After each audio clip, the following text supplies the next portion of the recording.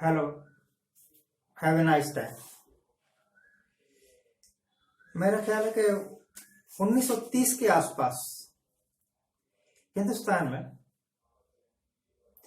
Plague नाम की महामारी फैली थी। मेरे पिताजी बताते थे मुझे कि उस वक्त जब ये बीमारी फैली थी तो बहुत लोग मरे थे और एक एक गांव में से मोहल्ले के मोहल्ले ही साफ हो गए थे। बस 4 लाशें जलाकर आते थे और 4 लाशें शमशान की तरफ जा रही होती। लगभग वैसा तो नहीं, परंतु हालत इस वक्त भी काफी गंभीर है, खराब है।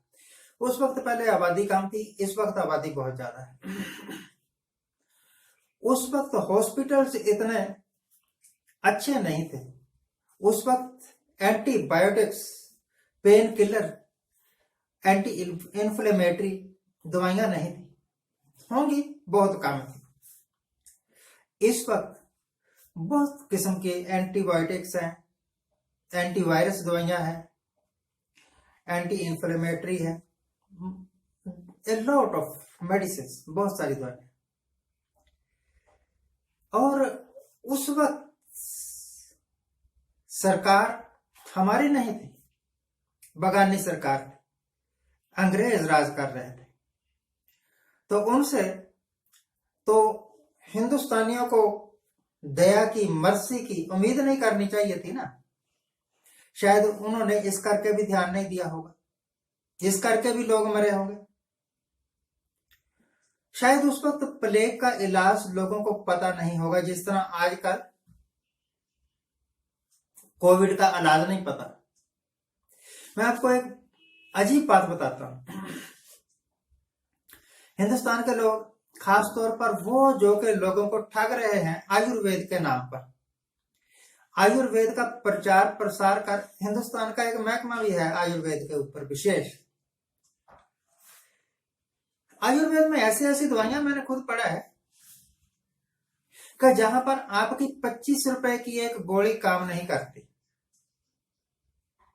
अमोक्सिलिन, सोडियम कैल्बोनेट वगैरह की नहीं करती। वहां पर 1 चम्मच सितोप्लादी चूर्ण काम करता है और बड़ी तेजी से काम करता है। पर क्या करें, वो डॉक्टर जो कि आयुर्वेद पढ़े हैं वही नहीं प्रयोग करते दवाइयों का, अंग्रेजी दवाइयों के पीछे भागते हैं।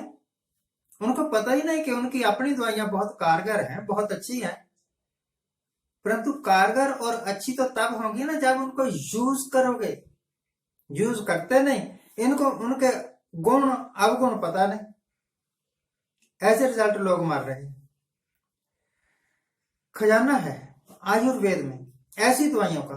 मैंने आपको बताया ना कि मैं खुद बहुत पढ़ा हुआ हूं आयुर्वेद, मुझे पता है।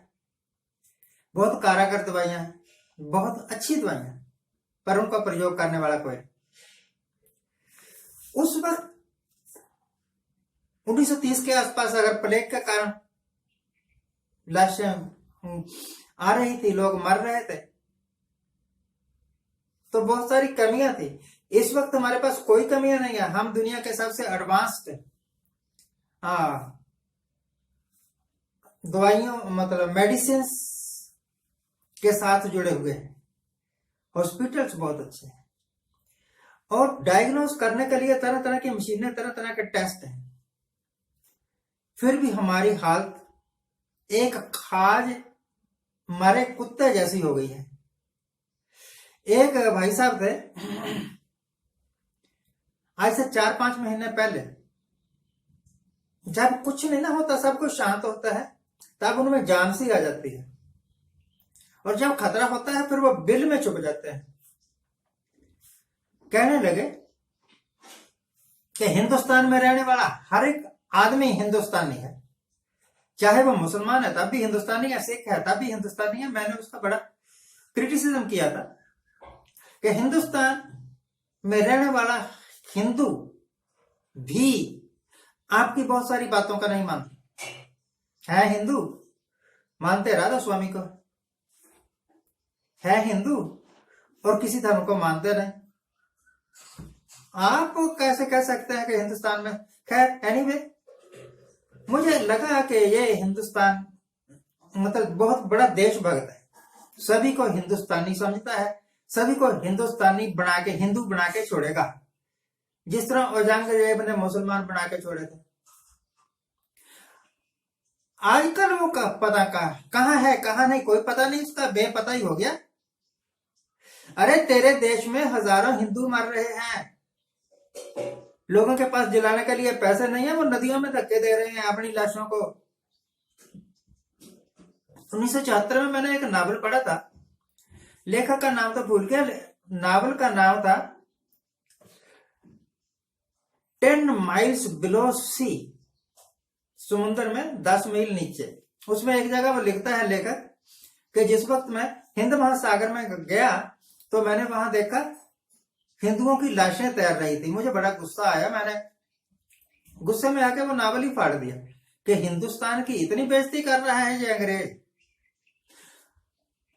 वो अंग्रेज ठीक था, आप देख ही रहे हो ना, नदियों में लाशें बहा रहे हैं लोग, और खासियत यह है कि नदियों में पानी भी है नहीं ज्यादा,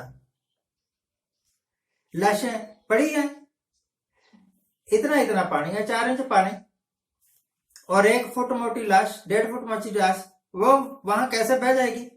तो उन लाशों को कुत्ते खा रहे हैं, उन लाशों पर कौवे और चील मंडरा रहे हैं। हिंदू धर्म के बहुत बड़े रक्षकों, अगर वहां 100 लाशें पड़ी हो तो कम से कम 70 लाशें हिंदुओं की होंगी। अपने हिंदू भाइयों को तो अस्मिता दे दो, उनको तो इज्जत दे दो, उनको मरे हुए लोगों को उनका दाह संस्कार का अधिकार तो दे दो। बने फिरते हैं बड़े हिंदू। आपसे तो अच्छा वो 2% वाले सिख हैं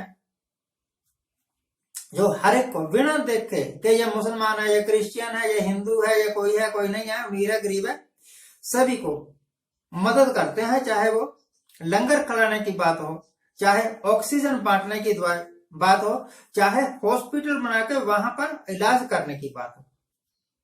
आप क्या कर रहे हो? ना मुझे किसी ने बुलाया है, ना मैं यहां आया हूं। मैं तो गंगा मैया का बेटा हूं, गंगा मैया ने मुझे बुलाया है। तो वो महान गंगा पुत्र आजकल चुप है, चुनू तक नहीं करता। अरे तेरे देश की इतनी दुर्गति हो रही है, तेरे देश के लोग मर रहे हैं और तू चुपचाप बैठा है। आपको प्रधानमंत्री बनने का तो हक ही नहीं है। प्रधानमंत्री क्या, प्रधानमंत्री का पीएन बनने का हक नहीं है ऐसे आदमी को, जिसके राज में हिंदुस्तानियों की, मैं हिंदू और मुसलमान की बात नहीं कर रहा, हिंदुस्तानियों की इतनी दुर्गति हो रही है। एक मैं वीडियो पोस्ट पढ़ रहा था, वीडियो में भी देखा, वो आदमी कह रहा था कि जो भारत को भारत नहीं कहते, हिंदुस्तान कहते हैं, उन सबको गोली मार देनी चाहिए, उनको गोली बाद में मारना। बेवकूफ के बच्चे, ये जो मरे हुए लोग हैं जिनको दाह संस्कार करने का हक भी प्राप्त नहीं हुआ, उनका दाह संस्कार कर ले पहले। देखो भाई, बात यह है, आज से लगभग 100 साल पहले प्लेग फैली थी। उस समय बहुत सारे लोग मरे, पर उन मरे हुए लोगों की इतनी दुर्गति नहीं हुई थी जितनी आज हो रही। अपने मुर्दों को संभालिए, अपने जिंदा इंसानों को संभालिए। आज के लिए इतना ही। आज जिनका जन्मदिन है उनको हैप्पी बर्थडे, आज जिनकी मैरिज एनिवर्सरी है उनको बहुत बहुत शुभकामनाएं। सदा सुखी रहिए, आनंद प्रशांत रहिए।